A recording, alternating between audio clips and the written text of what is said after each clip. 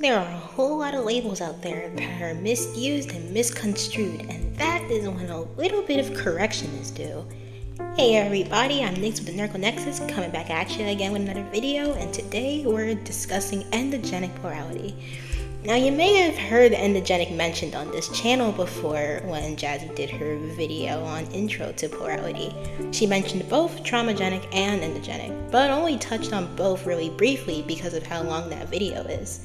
Today we're going to be talking about endogenic plurality in depth and the complexities and history of the label. So it's important to note that even though plurality that would count under the endogenic umbrella is not at all new because it's been going on for centuries, the label itself is actually really new. Created on August 8th, 2014 by the Trash Can Collective, or who is now known as the Lunastis Collective, but we may be referring to them as Trash Can Collective commonly throughout the video, they coined the term endogenic in response to community infighting that happened around the same time. You could say that 2014 was definitely a pretty beefy year, which is actually really annoying in hindsight. A lot of the fighting took place on Tumblr when people started beginning to think that plurality could only be caused by trauma. And that infighting, even though it pretty much stayed on Tumblr for the most part, it began to pop up in other places as well. So the Trash Can Collective sat down and coined a bunch of terms that they could introduce to the plural community for systems to use if it happened to be useful to how they would describe and define their experiences. So they made a pretty good handful, like protogenic, meaning to be born plural, but their two most popular terms by far are traumagenic, or originating from trauma, and endogenic, which doesn't just mean not originating from trauma. Endogenic now can also mean systems who don't attribute their trauma to their origin. So, for instance, if a system was trauma-formed but don't consider that trauma to be that important to them specifically in terms of origin, they may end up identifying as endogenic. And the same rings true for systems who have CDDs, or complex dissociative disorders such as DID and OSDD1, who may not identify with the trauma that caused their disorder. Their system, which is different from their disorder, they may attribute to another cause. Besides, the Trash Can Collective themselves are a DID endogenic system, or endogenic DID system. They were professionally diagnosed, but they identify as endogenic because they don't attribute the trauma that they went through to the formation of their system. Anyways though, now that we've gotten that brief history out of the way, let's discuss some of the most common types of plurality that fall under the endogenic umbrella. By far, the oldest form of plurality was probably spiritual in nature due to people's religion and culture and faith and beliefs about spirits and interacting with them. For example, religious beliefs that kind of emphasize the importance of forming relationships with deities or spirits, sort of like personal relationship with God type of things. A lot of people may have experienced spiritual forms of plurality by being very dedicated to their faith and beliefs. And so maybe they had conversations within their head with the deity that they were worshiping or following. And that would count as plurality if the being that they were interacting with is self-aware and recognizes themselves as different from the mortal being that they were interacting with. Because that's pretty much what plurality is all about, origin or no. It's quite literally multiple self-aware entities in one body.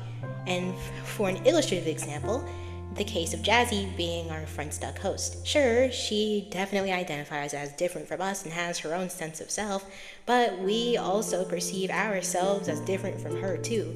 And it's not like there's some real one under all of these imaginary friends that created them to cope or anything like that. Obviously, no hate to those who actually have those type of situations, but it's not the case for all systems. Some were born plural, or some were pretty much always together, and they may consider themselves all the real one, and a lot of systems do.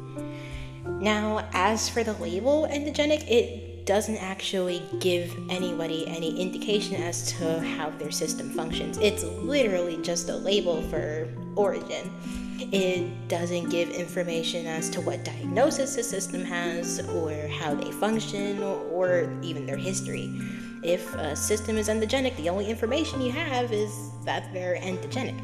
And same case goes for a lot of other origin labels. You get the gist of how they formed, but that's about it. An endogenic system can have issues or certain types of problems that warrant medical diagnoses, just like any other type of system. And by the same logic, traumagenic systems may not have any issues with their plurality or other issues that would warrant medical intervention in the form of a diagnosis. So it's important to note that no matter what label a system identifies as, it's important to treat them and their plurality with the respect that it deserves. Now, other types of endogenic plurality would include plurality that was influenced by neurodivergence. So, for example, neuronarration is a concept that is often talked about in these types of situations. It's a term used specifically in the context of neurodivergence to describe really extensive daydreaming, often used in combination with repetitive actions like stimming. And this may also tie in with immersive or maladaptive daydreaming, which is a type of really intense daydreaming that is very significant to a person's overall lifestyle or their life experiences. The only difference between immersive and maladaptive daydreaming is that maladaptive daydreaming causes great distress, discomfort, or, it's maladaptive. I literally cannot stress that enough. That's another thing too. When people hear about these types of things, they always seem to assume that it's some type of disorder without considering the fact that there has to be some sort of distress or dysfunction present too in order for something to count as a disorder. But that aside, neuronarration can easily become plurality if, by some circumstance, there is more than one stream of narration there, and those narrators are aware of themselves and are able to interact with one another. I will say though that interaction isn't like a hallmark of plurality, because in a lot of systems, their members may not be able to interact with one another if they have barriers between each other, which can happen. In our case, well, you know what? I feel like that would be a video definitely all on its own, but we will say that our system's core cause is absorption. And not just the act of taking in information, but also the act of an unbreakable focus and immersion in whatever that subject is. Me, for example, I'm a subtractic shard.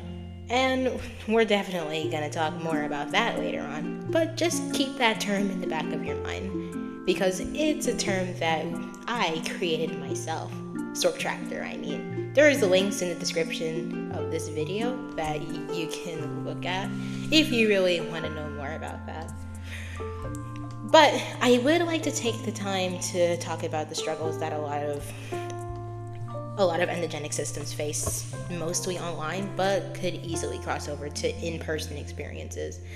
First off, the assumptions. They are very annoying, and they can be very hurtful too. Like, for instance, we're very open about our plurality online because it's something that we can do that we can't do with the biological body. Like, we're not gonna be feasibly able to specify who's saying what all the time. And even in the case of these videos, it's still a matter of setting up PNG tubers. Lita's is still not finished yet, but she does have a video coming soon. It's in the works. But online, we're very open about our plurality, and we use name markers because of it. Apparently, people can get very, very pissy about name markers. And because of the fact that we're also open about supporting endogenic systems, we often get accused of role-playing or appropriating a serious trauma disorder, yada, yada, yada. Even though it's really not a great argument when you put it to its own standards, so to speak. A lot of people who target endogenic systems think they're doing the system community a favor by targeting the dirty fakers or whatever, who are doing a disservice to the community by what exactly? Like, for instance, a great deal of endogenic systems don't claim to have something that they don't have. There's a difference between having a CDD, or any disorder for that matter, and being plural. Though there are some people who believe that you must have a CDD to be plural, so that's a bit annoying. But even in the case of CDD systems who identify as endogenic, that's their choice. And it doesn't necessarily mean that they don't have those issues associated with pathological dissociation. So it's really stupid to assume that they're not having their experiences all because they have a certain label.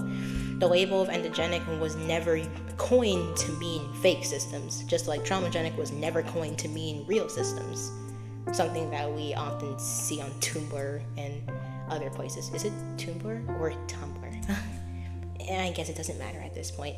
We should all be very respectful and cautious of what we say to other people and what we send, even in the case of indirect or accidental comments that may come across as pretty cis-medicalist. And now the thing about cis-medicalism is that, like trans-medicalism, it's very focused on rigid and overly medicalized views of plurality that don't do much good even for systems who are trauma-based.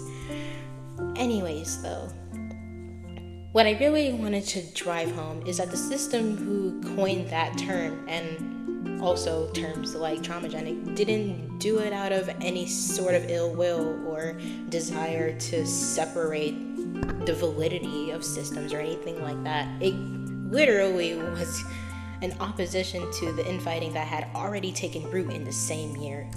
So when we look at that date, August 8th, we think of the birth of a label that really changed a lot of things for many systems who felt like they weren't trauma-based, or at least not completely trauma-based, and that they wouldn't fit with the mold that the medical community has created for systems, especially since a lot of that overly medical language and things just comes from singlet-centrism, the belief that one singular self in one body is the proper way to live, and that everybody else is either severely mentally ill or very disrespectful or whatever, or something like that, which is actually crazy to think about because in some cultures it's actually pretty normal to have plural or plural adjacent experiences, like for example spiritual mediumship, the practice of channeling spirits or deities or anything of the sort, or even certain drugs that people take to connect with the spiritual side of things more. That's another video on its own, but those experiences can often tie into plural experiences too, especially depending on what they're taking those substances for. And so the idea of singlet-centrism becomes not exactly some axiomatic, undisputable claim. It's more so just cultural. And when someone takes one culture to be superior above all the rest, that kind of sends a really bad message to whoever else you're talking to about culture. And it's even worse when people put doctors in charge of their culture, when people put medical authority on the same level as cultural authority. But I think that may just be the gist of what I wanted to talk about, and I didn't want this video to be too long. So let's run over some points. Firstly, Endogenic was created on August 8, 2014 by the Trash Can Collective, or Lunasis Collective, if you know them by that name. Secondly, Endogenic doesn't only include systems who weren't formed by trauma, it also includes systems who may have been but don't consider that trauma to be that important to them in terms of origin. And thirdly, it's wrong to discriminate against systems all because of the label that they choose to identify with, especially since even the ICD and DSM recognize endogenic plurality whenever they bring up the case of CDDs. Or more accurately, they bring up the case that non-disordered plurality exists. And non-disordered plurality is often endogenic, but not always. Same case with traumagenic plurality. It's not always disordered. So disordered, non-disordered, endogenic, and traumagenic are definitely just 4 different things. Oh, and one more thing. No fighting in the comments, please. We definitely will remove any comments that we deem to be hateful or inciting an argument. So that would be much appreciated. Thanks. And as always, I hope everybody has a great rest of their morning or night or evening or afternoon. Expect another video explaining the in-depth origins of our plurality specifically, especially in the near future. And Weeda's PNG tuber should be available soon. Alrighty, bye bye.